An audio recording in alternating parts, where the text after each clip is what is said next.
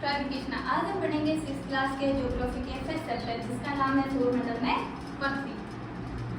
हम देखते हैं कि जो सूर्यास्त होता है जिसके बाद में हमें आकाश कितना अच्छा लगने लग जाता है, क्योंकि पहले तो 1 या 2 तारे दिखते हैं, फिर धीरे धीरे इनकी संख्या बढ़ती जाती है। जैसे जैसे सूर्य का प्रकाश कम होता जाता है और इन तारों की संख्या बढ़ती जाती है। ये संपूर्ण आकाश में छोटे छोटे तारे, चमकीले तारे हमें दिखाई देने लग जाते हैं। ये कुछ तो चमकीले होते हैं, कुछ धुंधले होते हैं। इन्हीं के साथ में हमें लगभग प्रतिदिन चंद्रमा दिखाई देता है। ये अलग अलग समय अलग अलग आकार में प्रतीत होता है। अगली हमारी पहली हेडिंग है पूर्णिमा। 1 महीने में लगभग 1 बार पूर्ण चंद्रमा दिखाई देता है। हमें लगभग 1 महीने में 1 बार पूर्ण चंद्रमा दिखाई देता है। उसी को क्या कहते हैं? पूर्ण चंद्रमा वाली रात या फिर पूर्णिमा। अगली हमारी हेडिंग है अमावस्या। पूर्णिमा के 15 दिन बाद में हमें जो सूर्य होता है वो नहीं दिखाई देता है, उसे क्या कहेंगे? नए चंद्रमा वाली रात या फिर अमावस्या। जो पूर्णिमा होती है उसी के 15 दिन बाद में हमें चंद्रमा नहीं दिखाई देता है, उसी को हम नई चंद्रमा वाली रात या फिर अमावस्या कहते हैं। अब आप कहेंगे इस दिन तो चंद्रमा दिखाई नहीं देता, फिर ये नई चंद्रमा वाली रात कैसे हुई? आप देख सकते हो कि जो अमावस्या होते हैं उसी दिन चंद्रमा नहीं दिखाई देता है और उसके अगले दिन जो चंद्रमा एक नए रूप में प्रतीत होता है, इसीलिए हम इसे नए चंद्रमा वाली रात भी कहते हैं। आगे हम पढ़ेंगे खगोलीय पिंड के बारे में। खगोलीय पिंड की परिभाषा। सूर्य, चंद्रमा तथा वे सारी वस्तुएं जो हमें रात्रि के समय आसमान में दिखाई देती हैं उसी को क्या कहते हैं?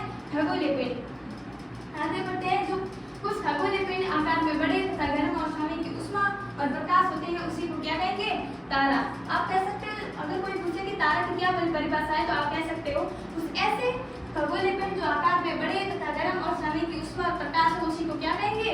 तारा। और सूर्य भी एक तारा है और एक विशाल रूप में है।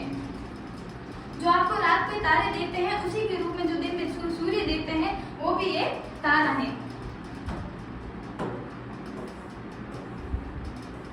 अब आप कहेंगे जो रात में दिखते हैं तारे वो भी एक सूर्य के समान है, तो रात वाले तारे रात को क्यों दिखते हैं और सूर्य दिन को क्यों दिखाई देता है? तो आगे हम बढ़ते हैं कि जो रात में चमकते हुए तारे अनगिनत तारे वो सूर्य के समान ही है, लेकिन पृथ्वी के अत्यधिक दूर होने के कारण हम इनकी उष्मा और प्रकाश को महसूस नहीं कर पाते।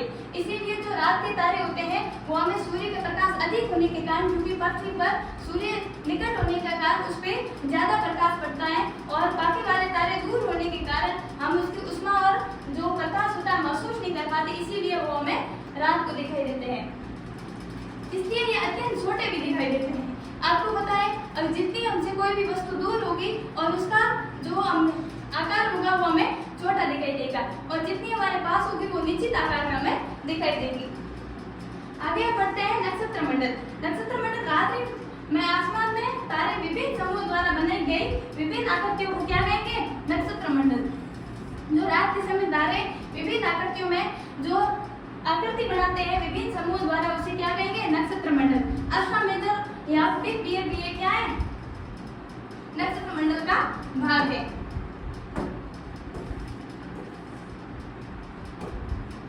सप्तऋषि मंडल। सप्तऋषि मंडल है अल्फा मेजर सप्तऋषि का ही भाग है। अल्फा मेजर है, यह भी किसी का भाग है? सप्तऋषि का। आगे बढ़ते हैं ध्रुव तारा। प्राचीन समय में लोग दिशा का निर्धारण तारों की सहायता से करते थे। जो प्राचीन समय में लोग थे, क्योंकि पहले तो प्राचीन समय में दिशा निर्धारण यंत्र नहीं हुआ करते थे, इसीलिए लोग क्या करते थे? तारों की सहायता से दिशा का निर्धारण करते थे। और ध्रुव तारा उत्तर दिशा को बतलाता था, इसीलिए क्या कहते थे इसे? उत्तरी तारा। आप कह सकते हो कि ध्रुव तारा का अन्य नाम क्या कह सकते हो? उत्तरी तारा, क्योंकि ये उत्तर दिशा को बतलाता है। धन्यवाद।